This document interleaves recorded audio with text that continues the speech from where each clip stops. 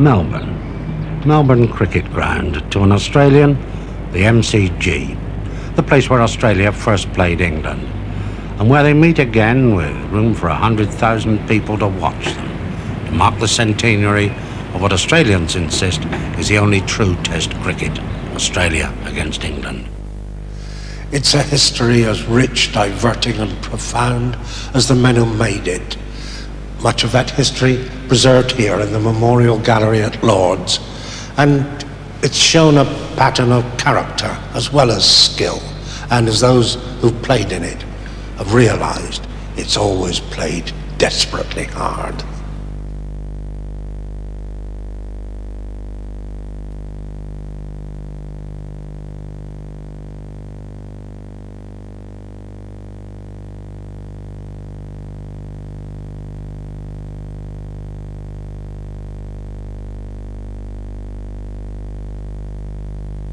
All that was history yet to be made and totally unforeseen when the match subsequently recognised as the first Test took place in March 1877. It was a spur-of-the-moment affair. James Lillywhite's England team were the fourth tourists, a party of mercenaries who, like their predecessors, played matches against odds, local 15s, 18s and even 22s. But some of those Australian sides had won, and their pressure for a representative match on level terms was undeniable. So a fixture known as a combined New South Wales and Victoria 11 against all England was hastily arranged for the return of the England team from New Zealand. England were without their regular wicketkeeper, Ted Pooley, who'd been left in prison in New Zealand on charges arising from betting on a match and a scuffle over payment. His deputy, Jupp, had inflammation of the eyes due to various reasons, and the stopgap, Selby, simply was not a wicketkeeper. Australia was short of three of their best bowlers, including Spofforth, known as the Demon Bowler, who wouldn't play without his own wicketkeeper. And the Australian selectors, not for the last time, refused to give in to player power. The match was decided by two men, both Australians. Charles Bannerman took the first ball of the first Test match and went on to make 165 before he had to go off with a split finger from one of a sequence of short-pitched balls from Arlott. So the bouncer began with the first Test. England needed only 155 in their second innings to win, but the fast left-arm bowler Tom Kendall, in the finest performance of his life, took 7 for 55 and Australia won by 45 runs. The principle of matches between the two countries had been established. The outstanding cricketer of this era, W.G. Grace, wasn't on that 1876-77 tour, but he had previously taken the team to Australia, and he made his mighty mark on the first Test match played in England at the Oval in 1880, when his 152 helped England to a 5 wickets win. His brothers E.M. and G.F. Fred played for England too.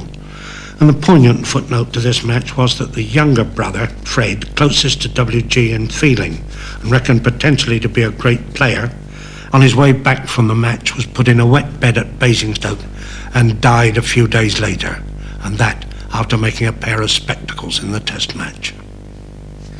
W.G. played against the Australian team of 1882 that at the Oval inflicted on England their first home defeat, an incredible shock to all cricketing England. It was the only Test of the season. England needed just 85 in their second innings to win, but Spofforth, with his fast off breaks, took 7 for 44 and Australia won by 7 runs. Hungary beating England at soccer was nothing compared with the shock this gave. It seemed incredible. As a result, the Sporting Times printed the now well-worn obituary of English cricket with the footnote that the body will be cremated and the ashes taken to Australia. So, when an English team led by the Honourable Ivo Bligh followed hard on the heels of the returning Australians, it was popularly said in England that he was going to recover the ashes. Australia won the first of the 3 planned matches, but then England took the next 2, and 2 Australian ladies burnt a bale, put the ashes of it in this urn, and presented it to the Honourable Ivo Bligh. Thereupon, the Australians demanded, got, and won a 4th Test match. But Bligh kept his urn and married one of the ladies who created it, and now, irrespective of who metaphorically holds the ashes, this urn remains always here at Lord's. The period to 1900, in fact, is very well epitomised by the medallions and the painting of a fictitious England-Australia match by Barrabull and Ponsonby Staples. The medallions show a ranking of the great players, English and Australian, who sustained the procession up to the end of the century.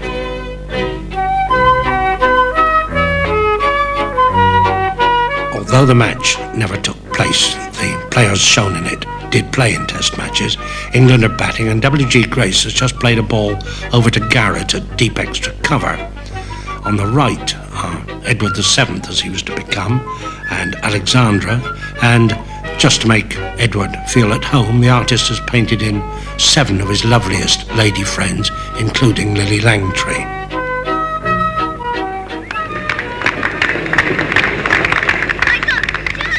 So, the long story and mythology ran on. The period around 1900 threw up Victor Trumper, still, I suppose, the best loved of all Australian cricketers, a brilliant batsman, good enough to score 100 before lunch in a test match, who, once, at the request of a backcountry lad, went into bat with a crude homemade bat and made 80 with it in a Sheffield Shield match, just out of the spontaneous generosity of his nature. Monty Noble, or Alf Noble as they sometimes called him, of New South Wales, magnificent technician of cricket, skillful captain, tough batsman, and a match-winning bowler. Warwick Armstrong, ponderous batsman, the bowler who introduced leg theory with round-the-wicket rolled leg breaks that his English opponents found it almost impossible to score from. And, unbeaten as a test captain, he was certainly the toughest Australia ever sent to England. Who did England have to set against them? Primarily, I suppose, the greatest of all English bowlers, S.F. Barnes, Sydney Barnes. And when Tiger Smith, his wicketkeeper, said to him, "I suppose, Sid, you bowled everything except the googly," he said, "I never needed the googly." He bowled from fast to medium, moved the ball through the air off the pitch, and he virtually won the Test series of 1911-12 in Australia off his own bat.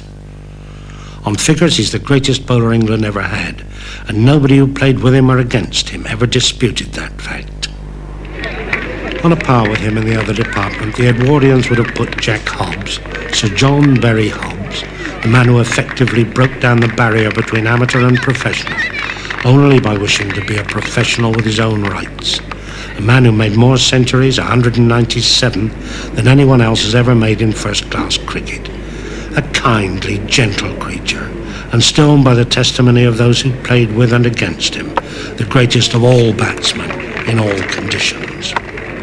He made his runs with such an air of enjoyment, such effortless grace, as no one else has ever really matched. Yorkshire would put up 2 men with him, George Hurst and Wilfred Rhodes, the 2 great all-rounders from Kirkeaton. And the cricket world of his time might prefer Wilfred Rhodes, who rose from England's young slow left-arm bowler batting at number 11 to go in first with Jack Hobbs and set a new record for an opening stand in an England-Australia test. He was the model slow left-arm bowler. Spin, flight, length, control, strategy, and he made himself into a highly successful test batsman. The crown of his career was when, at the age of 48, he came back to play a major part in winning that final test of 1926.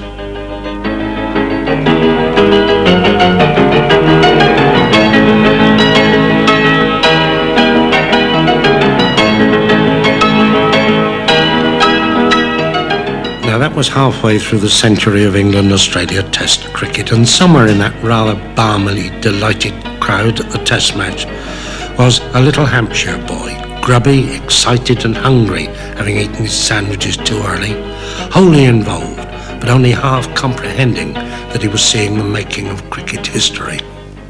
He's grown up now, old enough to remember the tests of the remaining half-century, and to feel over again the emotions that many of these matches aroused.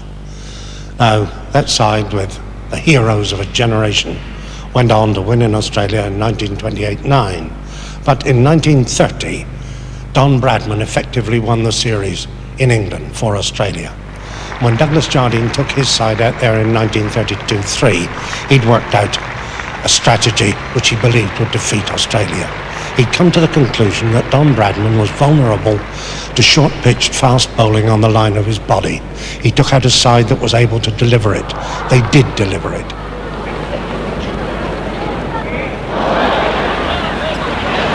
Harold Larwood of Nottinghamshire, extremely fast and unusually accurate for his pace, was the main weapon in what was to be known as bodyline.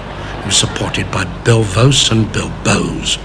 What the Australians called bodyline was in fact bowling short on or outside the leg stump, demanding a catch to one of the cluster of short legs from a batsman who fended the ball off his body.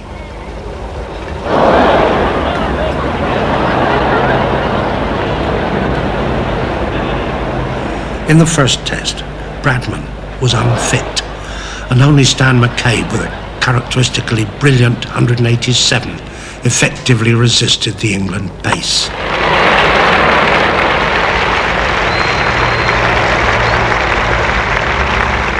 For England in this first test match, 3 men made centuries. Herbert Sutcliffe, coolest and calmest of all test batsmen, the completely unruffleable. Walter Hammond, who at his greatest batted like a splendidly casual but mighty prince. And the Nawab of Bataudi, who in fact was a prince and did his best to bat like Walter Hammond. Larwood, established by that series as a supreme fast bowler, took 10 wickets and won the match for England. So to Melbourne in the second test. Bradman fit and before a vast crowd out first ball to Bill Bowes.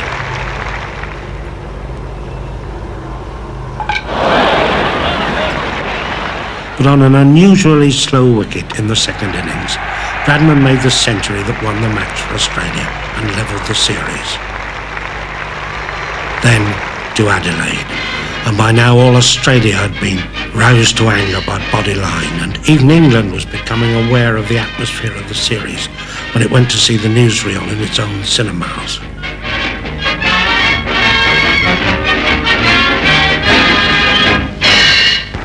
It was a tightly packed round that saw England take the field for Australia's first innings at Adelaide after having put 341 runs on the board themselves.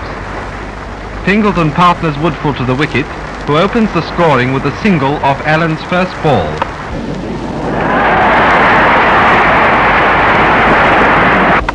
There is an early shock for Australia when Fingleton is caught off the second ball of the match.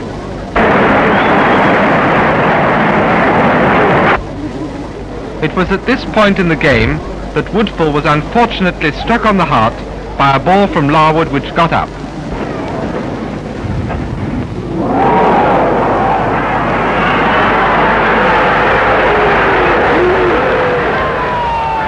No one in England, though, realised quite the intensity of the passion and the anger in Australia. The Australians didn't like bodyline at all. I know that it affected the players very much indeed. They're in a state of physical and mental exhaustion because it was no nice thing to have a ball whistling past your ears and past your temples, because we knew that if we had been hit by one of those balls, we'll either end up in the slab and the mortuary or an imbecile for the rest of our lives. Larwood is faster today than ever, and this slow-motion study reveals his action very clearly and bowls to a leg trap to which Bradman falls a victim when he has only scored 8.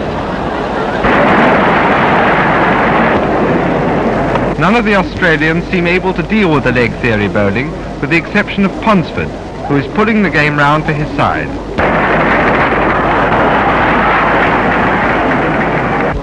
Oldfield is now his partner, but the English players are very distressed when he is struck on the head, Larwood again being the unlucky bowler.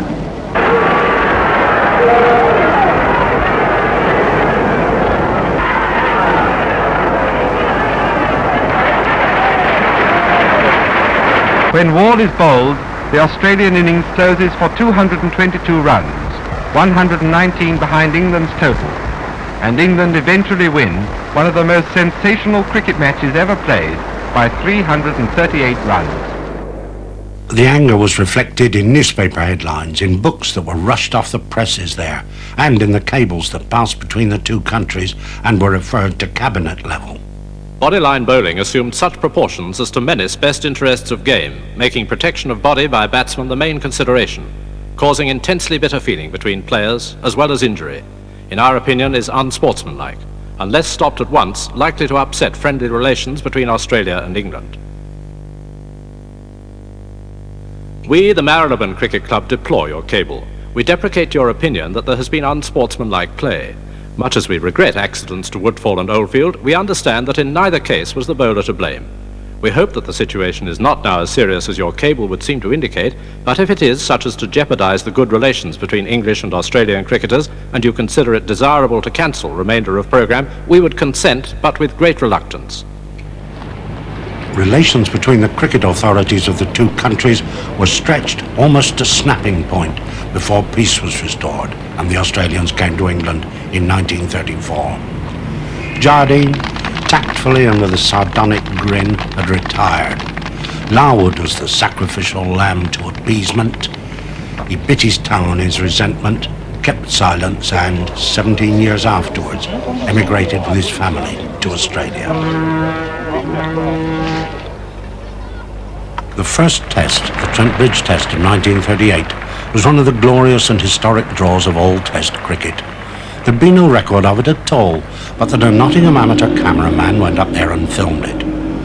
Perhaps not in the sophisticated manner of the present day, but nevertheless he filmed a quite splendid cricket match, in which Don Bradman brought his team into the field after England had won the toss, and everybody there watched a series of great innings. First of all, Charlie Barnett of Gloucestershire all but scored 100 before lunch.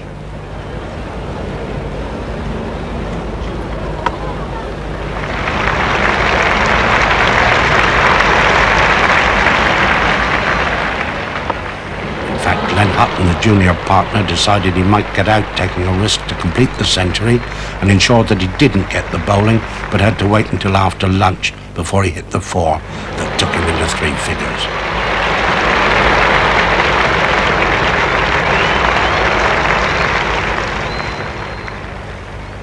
As for Len Hutton, 21 years old, he made 100 too in his first test against Australia, and he was to make more. It was a characteristic, cool, bland, calm Hutton century.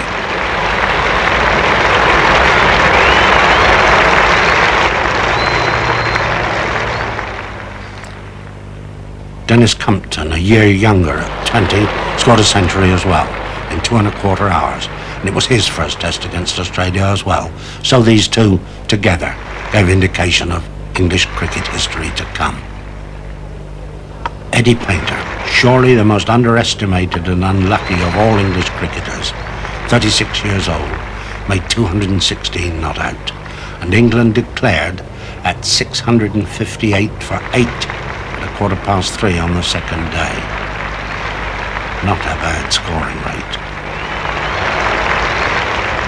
When England, under Wally Hammond, fielded, Stan McCabe played an innings which prompted Don Bradman, watching it from the balcony, to go back into the dressing room where some of his team were playing cards and say, "Come out and look at this. You may never see its like again." Jack Fingleton was one of those called out to watch that innings.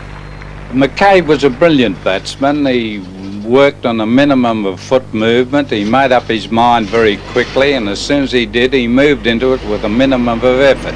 His footwork on this occasion was beautiful. He hit Ken Farnes, I remember, into George Parr's tree outside the Nottingham ground, and he treated all the English attack with supreme and utter contempt.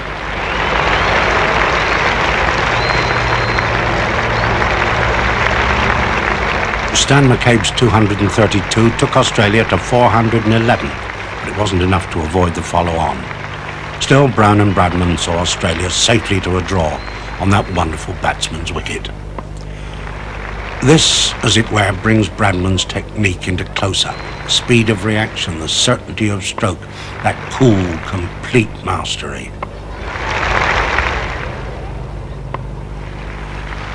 So the two sides went to the Oval for the final test, with Australia one up. England hadn't won a test series against Australia since 1932-33.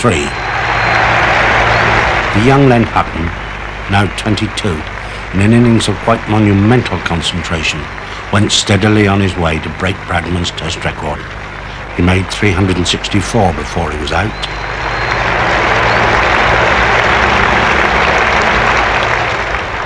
I think it's been one of the happiest days of my cricketing career. I managed to beat Don's great record, and I must say I felt very pleased when I had achieved it. Bradman had to be carried off when he cracked an ankle bone. His team was defeated by the biggest margin ever known in a test of an innings and 579 runs. But 10 years later, at the age of 40, he was back in triumph. It seemed that war had bred an immense nostalgic enthusiasm for the game in England, and everywhere they went, huge crowds welcomed Bradman and his undefeated team. And at Leeds, he showed once again that the most efficient of all run makers was virtually as productive as ever. He led Australia in scoring 404 runs in less than a day to win. If it wasn't quite the Bradman of the 30s, it was still magnificent, and built up the enthusiasm for the Oval, one of the great nostalgic moments of modern cricket. The Don's farewell. Here's the applause for Bradman as he comes in.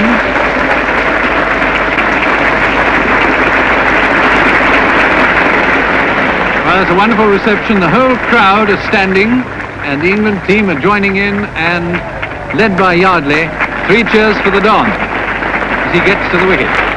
And now here's Hollies to bowl to him from the Vauxhall end. No runs. Hollies pitches the ball up slowly and he's bowled.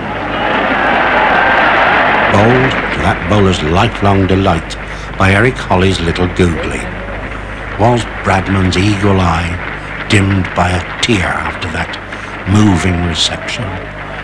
Jack Fingleton, who was sitting in the commentary box, said that if it was for the first time.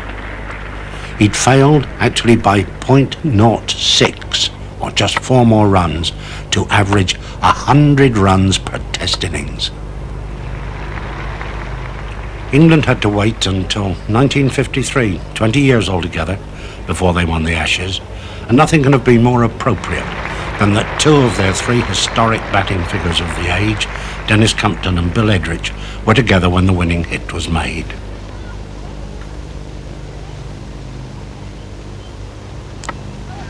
A very quick one. Morris might at least get a run out off his over, but no, he won't get a wicket, so it's another one to Bill Edridge. 55 to him. England 128 for 2, and 4 runs needed. Now, will this be got in 1 stroke, or 4 runs to get? No, is it the Ashes? Yes, England have won the Ashes.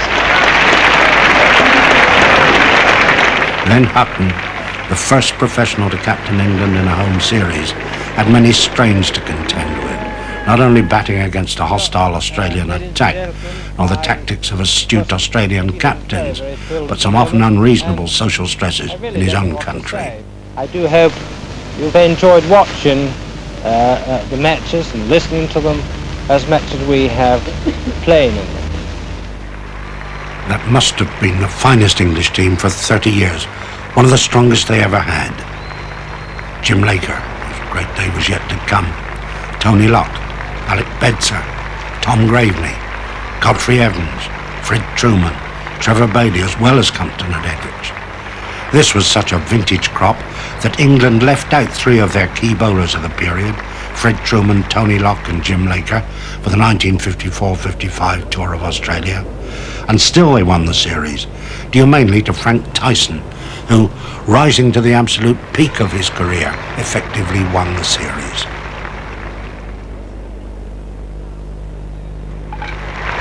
Richie Bennett had no doubt at all about his pace. I can't believe there's ever been a faster bowler in the history of the game than Frank Tyson was in that 1954-55 series. Jeff Thompson, perhaps, in the last couple of years has bowled as fast, but in Sydney on a green top and in Melbourne on a broken pitch, it'd be a physical impossibility to bowl any faster than Tyson did in that series. And if his 28 wickets were the main contributing factor in England winning the Ashes in that series, then an even greater individual contribution came from Jim Laker with his 46 wickets in the 1956 series in England. 10 in an innings against us when we played Surrey at the Oval, 19 in the Old Trafford Test match. And sit back, you English cricket lovers, and enjoy this. First to go is Colin MacDonald. He's waiting, and Emrys Davis has given him out. Yes, I thought he must be out. Look out. That's the beginning, and Australia's 48 for 1 becomes 48 for 2 as Harvey is clean bowled by Laker. Ooh. Yes, he bowled him on stump. Laker's Surrey teammate Tony Locke helps with 1 wicket, but then it's Craig, LBW, Laker. Yes, he's out, LBW. And without adding a run, Mackay is out. Caught Oakman, bowled Laker. And he's caught by Oakman. They're appealing to the umpire, and Emrys Davis has given him out. Australia 62 for 5, and there's no stopping Laker. Keith Miller goes next, caught Oakman, bowled Laker. Shepherd caught him. 73 for 6 becomes 73 for 7 as the Australians collapse. Richie Benaud has a go, but he too becomes a victim of Laker. And he's going to be caught by Statham.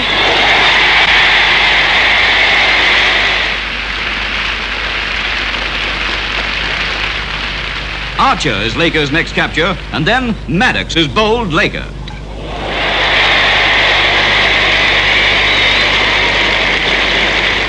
"84 for 9, with Laker bowling himself into cricket history. And he makes sure of it by bowling Ian Johnson, and so takes 9 wickets for 37 runs, something no Englishman has ever done before against Australia.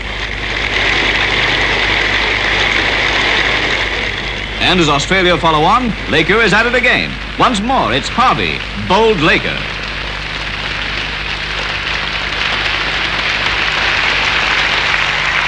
Next day, during a brief spell of play, it's Burke, bowled Laker. Laker to Burke. Caught by Locke. Rain robs Laker of further glory, but on the last day, he's back, and Craig's out, bowled Laker. Yes, I should think so. Yes. Now comes the breakthrough. Mackay has caught Oakman, bowled Laker. Oakman. Next to go is Keith Miller, out for a duck, bowled Laker. And he bowled. Victim number 6 is Archer, caught Oakman, bowled Laker. Oakman. All this time, MacDonald is batting well, but when he's hit 89, he too becomes bowled Laker. 7 wickets so far to Laker, and now it's Benaud, bowled Laker. He bowled him. 198 for 8, and all 8 bowled Laker. And 20 minutes later, Linville too falls to the leg trap, bowled Laker. He caught him, is he? Is he out? No. Yes, he's out. He's given out, waiting for the appeal. Can Laker get all 10? That's the question everyone's asking as he bowls to Maddox. Yeah, he's out. 10 wickets to Laker. And it's Australia, bowled Laker. He's taken all 10. I believe the other remarkable feature of this test match was that Tony Locke, who was a superb bowler, in actual fact bowled almost 70 overs and came out of the match with figures of 1 for well over 100. Well, he didn't bowl all that badly. I think it was just one of those occasions where everything went right for me and nothing at all went right for Tony. But surely it epitomises the game of cricket. Jubilation on the one hand and utter despair on the other. There must be qualifications about most outstanding cricketers, but about Jim Laker you can say simply that while the off-break has been practised since cricket began, he's the best off-break bowler there's ever been. After 1956, the Australians won the Chuckers series in Australia 1958-59, and in 1961, the decisive moment of that rubber came surely in the fourth test at Old Trafford. England led by 177 on the first innings, and when Australia, in their second, were 334 for 9, with David Allen spinning steadily through their batting, England undoubtedly had a chance to win. At that point, Graham Mackenzie came in to join Alan Davidson, who promptly mounted an attack on David Allen. Rooney's hit him high into the outfield for 6. Over extra cover. He hits that high for 6. The decision to take David Allen off in face of that punishment proved the error of judgment that eventually cost England the rubber. Still, England could have won if they'd got 256 at 67 an hour, and with Dexter in full flow, that was not impossible. England need 141. They're right up with the clock.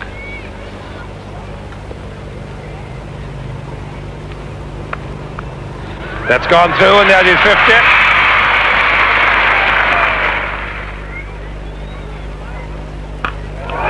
He's hit him into the crowd down. Magnificent shot over long on.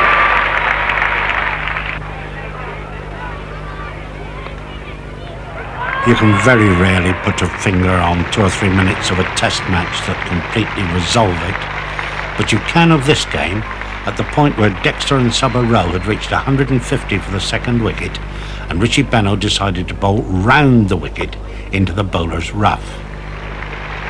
These days, there's no rough for the bowlers to bowl into, but at Old Trafford that day, the holes were wide and deep. I decided to bowl round the wicket to the right-handers, providing they were attacking. Wasn't much point in doing it otherwise, because they could have played the ball away with their pads. He's got behind the wicket. Dexter caught behind by Grout off Benaud for 76. Benaud bowling round the wicket may possibly be a little bit difficult to get away. He's bowled May behind his legs, has he? Yes, he's out. Bowled behind his legs. And the picture changes with a vengeance. He sweeps at that one, and it goes most briskly for 2 runs. No, words fail me. Doesn't seem any sort of reason for this sort of approach at all. You've only got to get just over a run a minute. Ryan Close was unfairly slated for his innings, but as far as I was concerned, he was a real menace once Dexter had been dismissed. Now he's hit him for 6.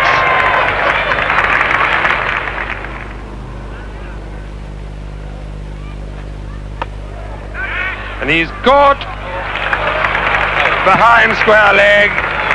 It's almost inevitable. Oh, magnificent catch by Simpson. What a fine catch. So that's Allen out, caught Simpson bowled Benaud for 10. England still 55 runs behind. Statham, the batsman, not out 8, facing Davidson. Team bowled. Australia have won, and they've kept the Ashes. This in many ways was the greatest achievement of Richie Benaud's career. It was a triumph not only of technique and of spin bowling, but also of character. Australia were threatened with defeat, and Benaud went on himself to change the course of the game and win it, and he did it. Old Trafford has the reputation for rain, but in 1968, rain at the Oval precipitated as remarkable a sequence of events as it's ever done in all Test cricket. A storm at lunch with Australia 85 for 5 seemed to have put an end to any chance of play. Then, so far as anyone knows, without parallel in the history of Test cricket, volunteers, scores of them, came out of the crowd and mopped the pitch up to make it fit for play. The Australians, I suppose, might have queried whether this was even legal, but they didn't. Then they had to hold out for 75 minutes to avoid defeat. And Jarman and Inverarity had lasted 40 minutes of that time, and 5 bowlers as well, when D'Oliveira was brought on as the 6th to bowl to Jarman.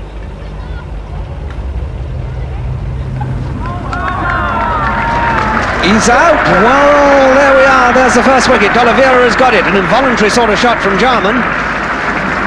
Seemed to me he was withdrawing his bat too late. So he's out for 21, 6 wickets down. Now Underwood at this end to bowl to Mallet, who batted for 3 hours in the first Australian innings. He's out! Caught by Brown. So Mallet is out, second ball, 3 to get. Well, there was once a test match at the Oval when somebody bit through the handle of his umbrella, and this is the kind of cricket now. And the wicket looks as if it's beginning to bite and not taking that in the chest.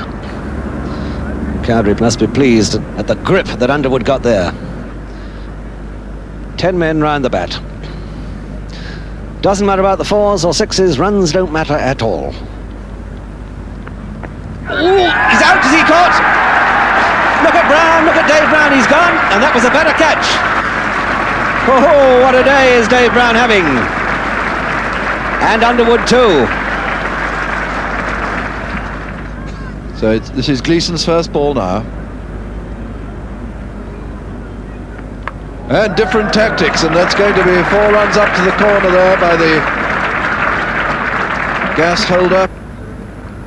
See the tenseness in the faces there. Even little Alan Knott, normally always laughing. Very grim. Coming in round the wicket this time, Underwood.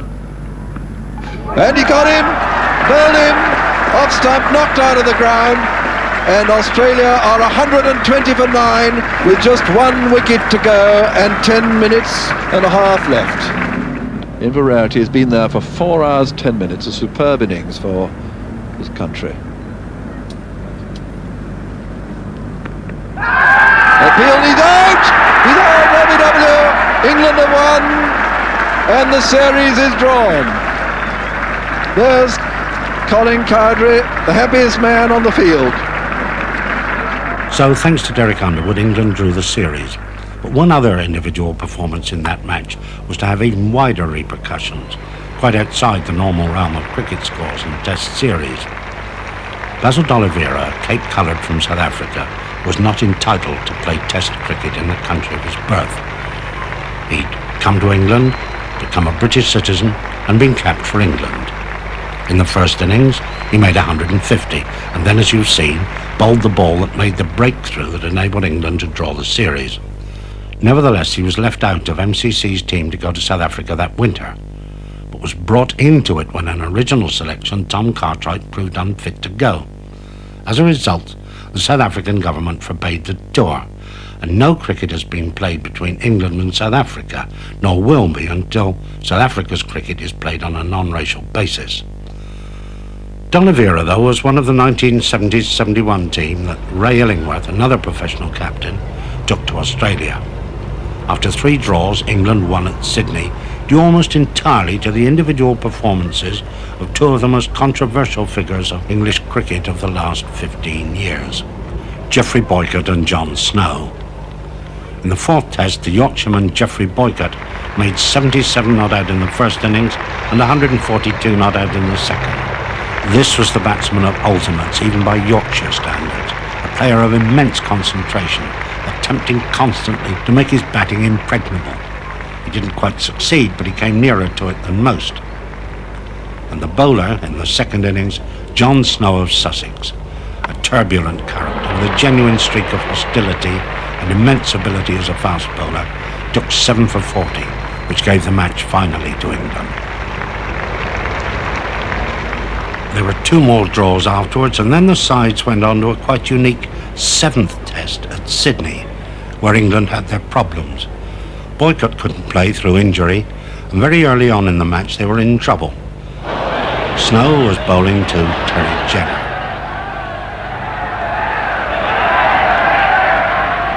That brought a warning from umpire Rowan.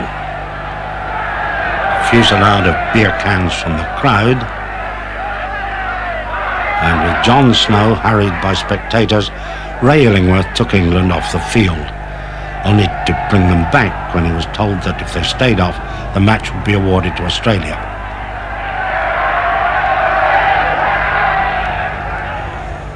beginning of the last innings, Australia simply needed 223 to win and retain the Ashes. Snow got Eastwood out, but then he broke his hand on a boundary fence, and it seemed that England's and Illingworth's chances had gone.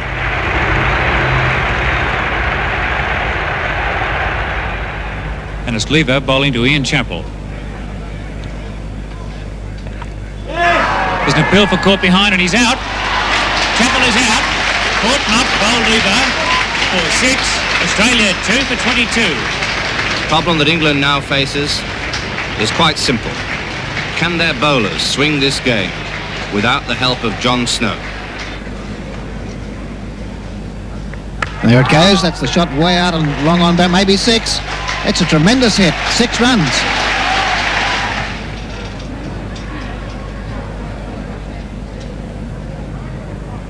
Where's that going? It's out towards D'Oliveira, and he won't get to it. All right of him. 4 runs to Stackpole. Is he caught? Yes, he's out. Redpath caught Hampshire, bowled Illingworth for 14. Now for Walters, 3 slips in a gully. Last ball of this over from Willis. Where's that going? Is it out to the boundary? Who's there? Out. Caught. Caught by D'Oliveira.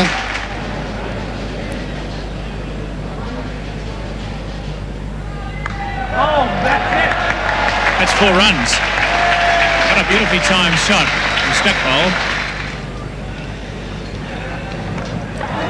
An appeal to Court, and he's bowled. He's bowled.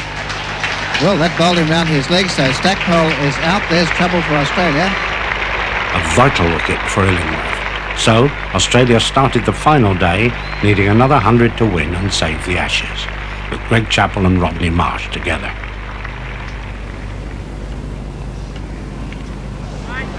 It's this sweep shot that he likes to play so much. Stackpole was out yesterday playing the sweep shot when he was bowled by Illingworth, hit his leg stump.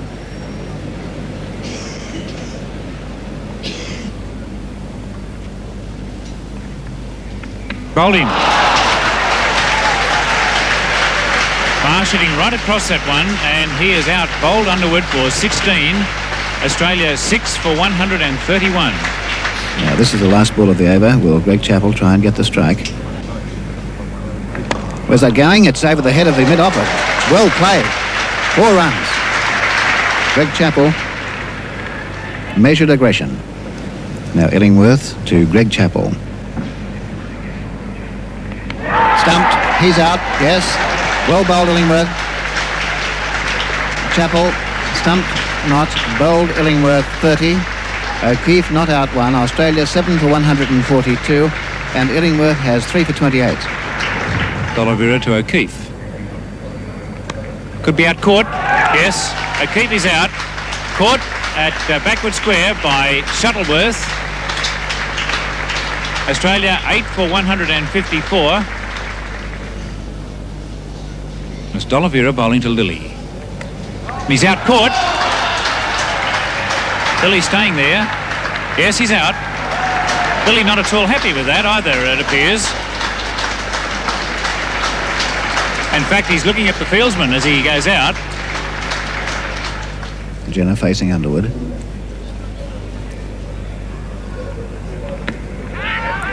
And that's it. Yes, he's out. That's the end of the match. Raymond Illingworth was the first English captain to regain the Ashes in Australia since the bodyline tour of 1932-33.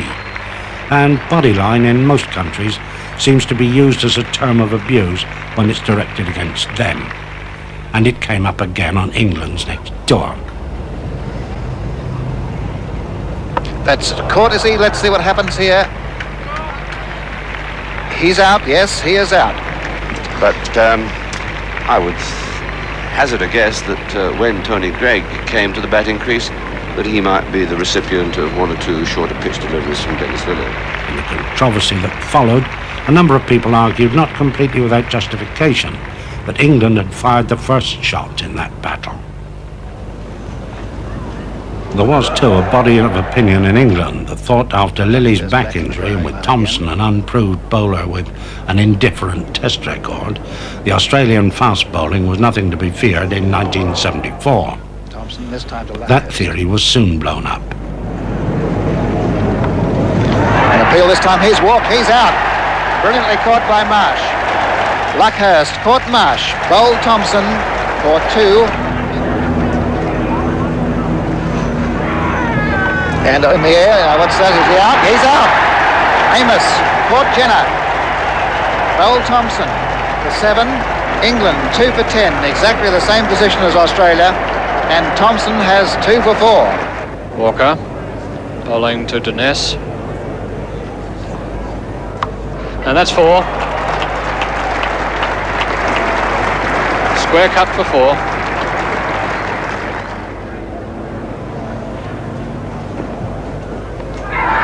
Field for LBW is given out without playing a shot. Dines, LBW. Edridge is 17, 2 sundries, and England are 3 for 33.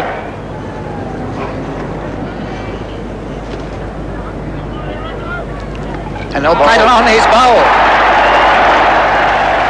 Fletcher bowled by Lilly for 17. And I think the storm signals are up. I think Lilly has intimated to Gregg what his intentions are.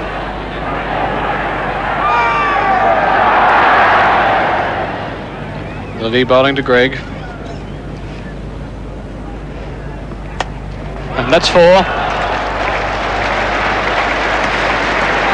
And look at Gregg now, signalling 4 for himself.